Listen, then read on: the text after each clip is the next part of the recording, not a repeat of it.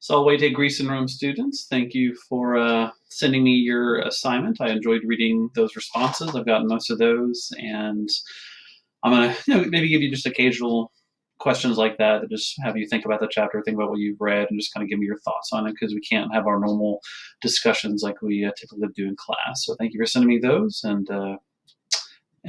today we're going to keep going with chapter 8 on Octavian becoming Augustus and everything. Yesterday, the last thing we talked about was Cicero's demise at the hands of Antony. We talked about Antony wanting to kill Cicero because he had so wounded Cicero. Cicero had so wounded Antony in the Philippic speeches we discussed yesterday. So the next thing here is the major battle of Philippi, as you can see here.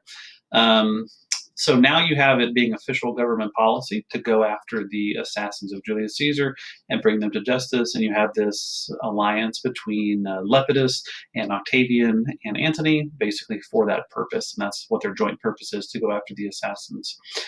So that brings us to this major battle of Philippi. Now, Julius Caesar was deified by the Senate in 42 BC. This means they voted that he had become a god.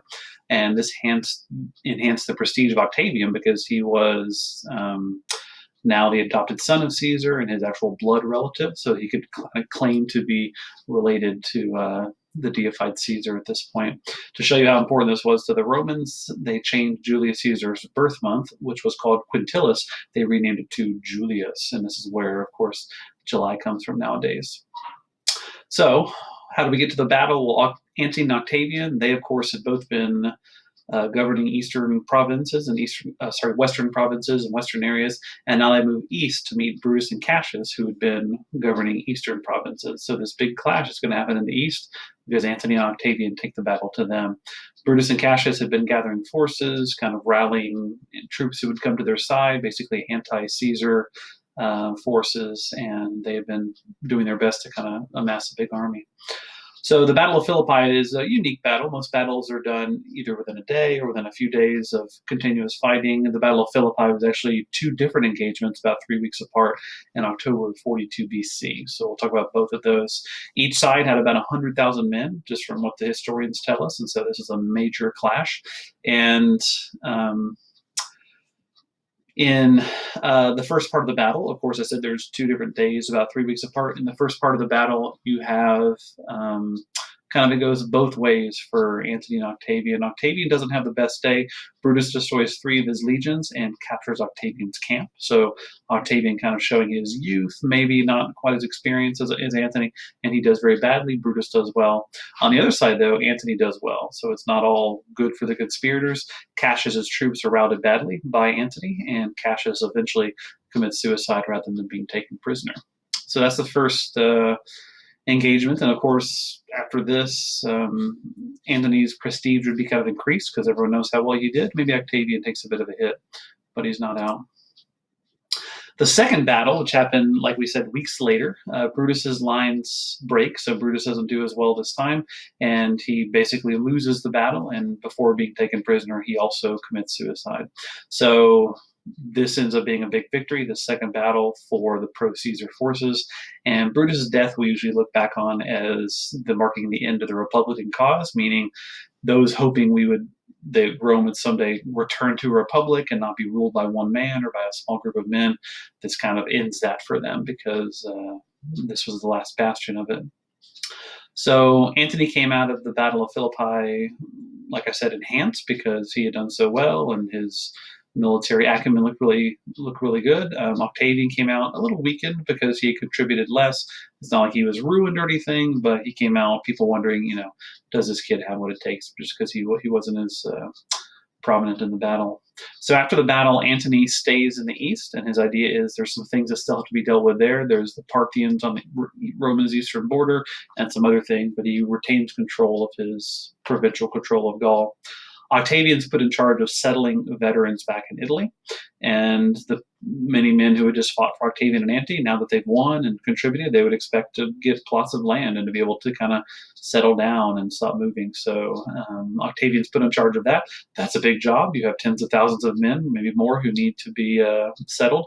And so they do this. There's not enough land just sitting around. So confiscations are one thing that happened. They would be confiscating land of maybe those who supported the Republican side and those who maybe had fought against Octavian and Antony, and so they did confiscate a lot of land in order to give them to their soldiers.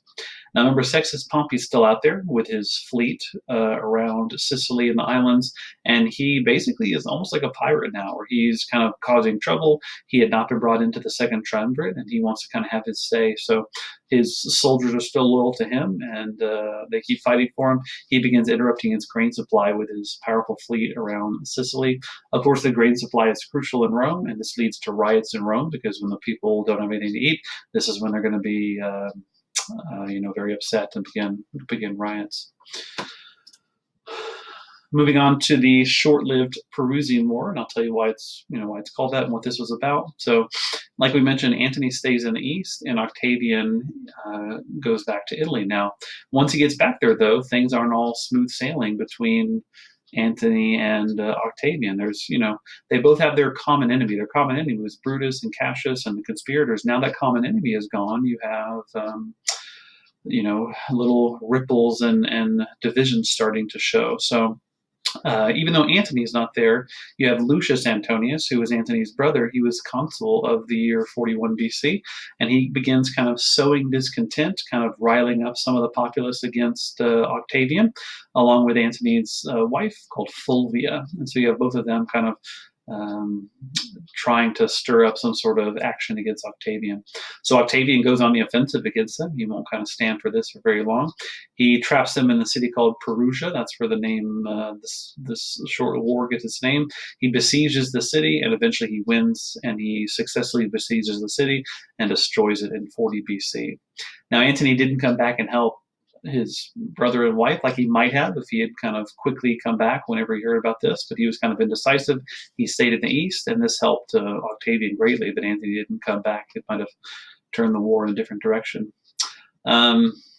Julius Caesar, we know, was always very merciful after his battles, especially as he fighting against other Romans. If it was a civil war, he would oftentimes give them widespread clemency and mercy after a battle, and Octavian looks to be doing like his uncle here. And so he actually pardons Lucius Antonius, even though he was basically the whole reason that this war happened. He pardons Antony's brother, and Fulvia is also allowed to leave unharmed and unscathed, and she's allowed to go east to meet up with her husband. She doesn't ever get to see Antony again, though. She dies on the way of a mystery illness in Greece before she'd reach Antony.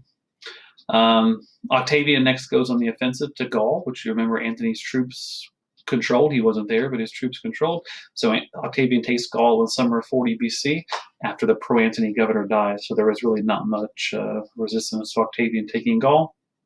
Antony at this point is somewhat alarmed, and he decides that we need to talk about what's happening here, and he calls a meeting of the triumvirate with Octavian at Brundisium that would happen in September of that year.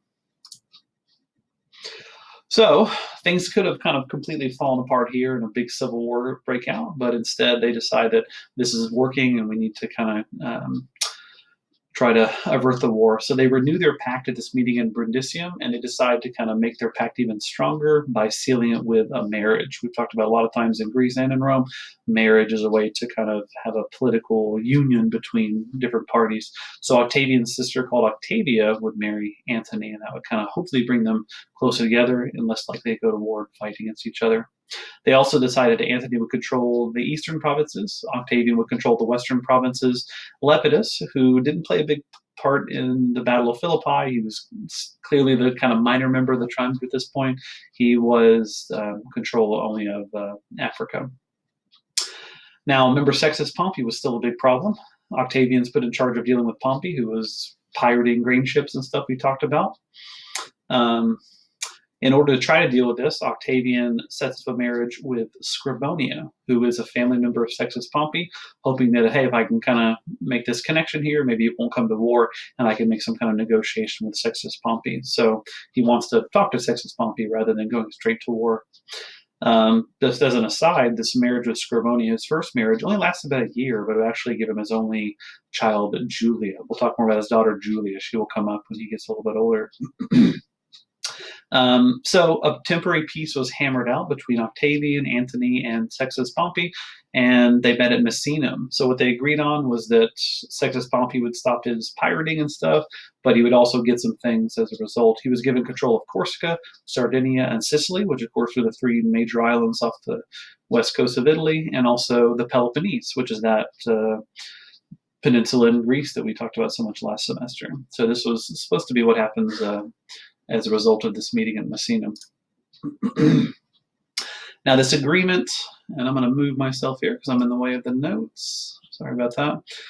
The Misenum agreement doesn't really go as planned or as agreed, right? And you can judge for yourself here who is at fault, but the Misenum agreement doesn't work out. Sextus Pompey first takes offense because not long after they're married, like about a year or so, Octavian divorces Scribonia, and he's thinking, well, Scribonia was part of this deal. You're marrying my family, now you're divorcing my family member. So he takes offense to that. Antony also does not readily turn over the Peloponnese province to Sextus Pompey like he had said he was going to. So Sextus Pompey, of course, bristles and says, hey, I'm not getting respected in this whole deal, which was his entire thing to begin with. So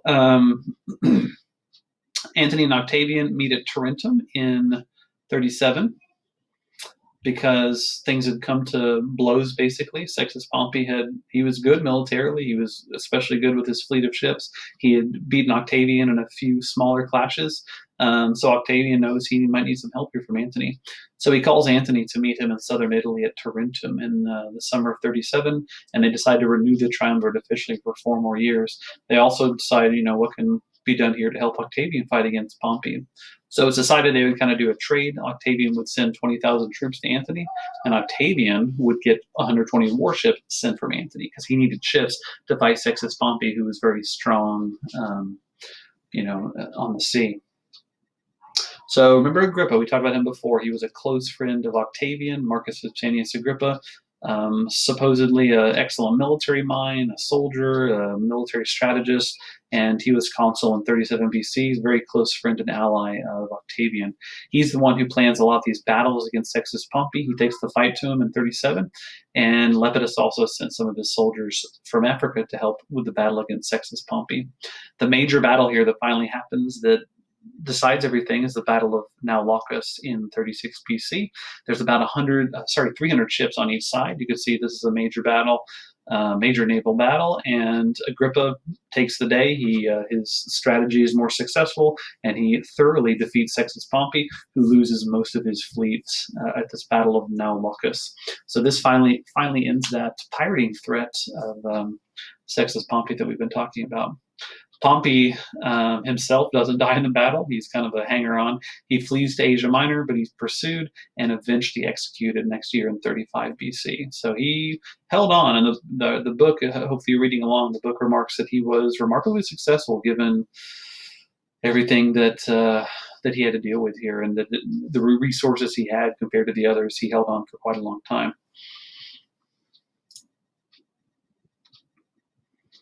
Okay. And now the breaking up of the triumvirate. Let me just make sure. So for some reason, after the Battle of Naulacus, Lepidus thought it was a good time to try to play his hand and move against Octavian. So after the battle, Lepidus demands that Sextus Pompey's land forces surrender to him as if he's the major victor in the battle rather than Octavian. Octavian, of course, objects, thinking that I should be the one accepting the surrender. So Lepidus maybe has overplayed his hand here and thought more of what his position was. Octavian enters Lepidus's camp and basically invites his soldiers and Pompey's soldiers to recognize him as commander. And most of them do. A lot of the soldiers just switch sides. They can probably see which way the wind is blowing. They can see what's happening, and they basically voluntarily recognize Octavian. They can see what's going on. So Lepidus is pretty much humiliated at this point. There's not even a reason for a battle or anything like that. And at this point, the triumvirate is over because now you just have two major men, Octavian and Antony. Octavian takes Africa, which had been under control of Lepidus, and Lepidus, to show you how little of a threat he is, he's forced into exile. So they don't even execute him or something, which would be standard if they thought he was any sort of a threat to the power moving forward. But do keep in mind that Lepidus is still Pontifex Maximus, even in exile, his religious position. So after the Battle of Naulochus, Octavian picks up more soldiers because he now has Lepidus's men and many of Pompey's men under his control. This enhances his military reputation, even though it was his man Agrippa kind of in the background winning this war.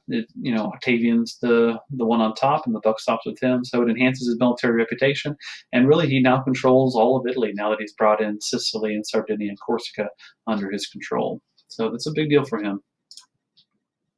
Now, what did Antony been up to in the east? Because he did not fight at the Battle of Naulochus. So Antony had stayed in the east after the Battle of Philippi. We talked about that. And he meets Cleopatra, which we already talked about from the previous chapter, who had kind of the affair and had a son with Julius Caesar. So Antony meets up with Cleopatra ostensibly to make an alliance with Egypt, which is a powerful region. The Romans want to control that because of its fertile lands and relative wealth. So he meets up with her to form an alliance, but they pretty quickly start a relationship, though. So she just seduces a second Roman, just like she had with Julius Caesar. So they start a relationship. Antony spends the winter of 41 going into 40 BC in Egypt, and lo and behold, twins are born a year later from this relationship between Cleopatra and Mark Antony.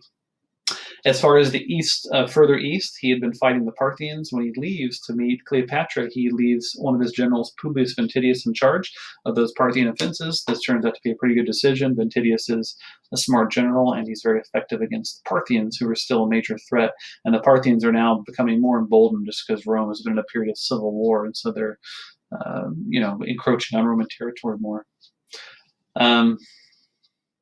Antony he had to leave the east for a while to attend to events in Italy and also to meet up with Octavian. So when he heads back to Italy, he then meets Octavia, who he had been pledged to marry, and he marries Octavia in 39, and he stays with her for a while, and she eventually gives him 2 daughters. So now he's got children with Cleopatra and his legitimate wife, Octavia. When he leaves to go back east in 37 BC, and Antony's going back to probably see Cleopatra, but also kind of attend to affairs in the east, Octavia stays behind, which is kind of abnormal. A lot of times your wife would travel with you and your family, so he leaves his wife and 2 daughters back in Italy as he goes east. He goes east and he meets Cleopatra in Syria, and he acknowledges paternity of these twins that she had bore him. So this, making kind of official, which is kind of hard to imagine nowadays, but that would be kind of a scandalous thing. The fact that he would, people would know that these are his kids, but the fact that he kind of fully claiming them officially would be a bit of a scandalous thing to the Romans at that time, because they were not from his legitimate Roman wife. They were from, this foreign princess. And he even went on to have another son with Cleopatra in 36 BC. So looking at the relationship of Antony and Cleopatra, it's hard to put a, exact label on it. We know they were not married, but we know it was a strong relationship. They had multiple children together. He, must have just been very enchanted and taken with her and felt a strong bond to her. But more and more as time goes on, this is a bad look to the Romans, who are hearing this in drips and drabs, the story of Antony with this Egyptian princess, and he's left his Roman wife. It's bad PR, and there begins to be a little bit of a PR battle back in Rome once hostilities break out between him and Octavian over, is Antony, is he becoming too Egyptian? Is he becoming too Eastern? Is he forgetting the Romans? Is he forgetting his Roman wife? So he didn't think enough about how it would look to abandon his wife, and that was one of his mistakes here. Another setback is that Antony suffers a steep loss to Parthia in 36 BC. Things have been going well up until then, and about a third of his army was lost fighting the Parthians. So a major setback, because his bread and butter has always been his military reputation, and we'd seen him lose before, but this is a major loss, wiped out a big part of his army, and this was after, this was right at the time that Octavian is winning the Battle of Now Laucus, and so you have Octavian kind of rising in prominence as Antony wanes a little bit in prominence. So that is where we will leave things for now, because I don't want to overwhelm you guys too much. There's so much going on in this chapter, and you probably have seen that. But we just have all the fallout from Julius Caesar's death, and then we have the emergence of Octavian that we're going to be dealing with more. So thank you guys for following along with me. I wish I had you here to give me your good comments and questions like you normally do. I really missed that, but I hope we'll get back to it soon.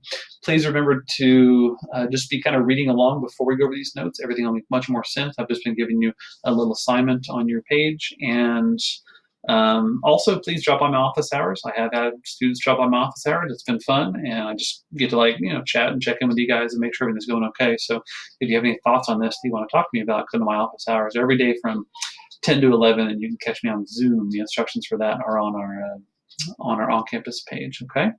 So I will see you guys tomorrow for the next section, and I put the next reading on our on-campus page. I hope everyone's doing very, very well, and I look forward to discussing kind of the next step, which you can probably see is the coming separation between Octavian and Antony. That's going to be quite explosive. Okay. Have an excellent night. Walete.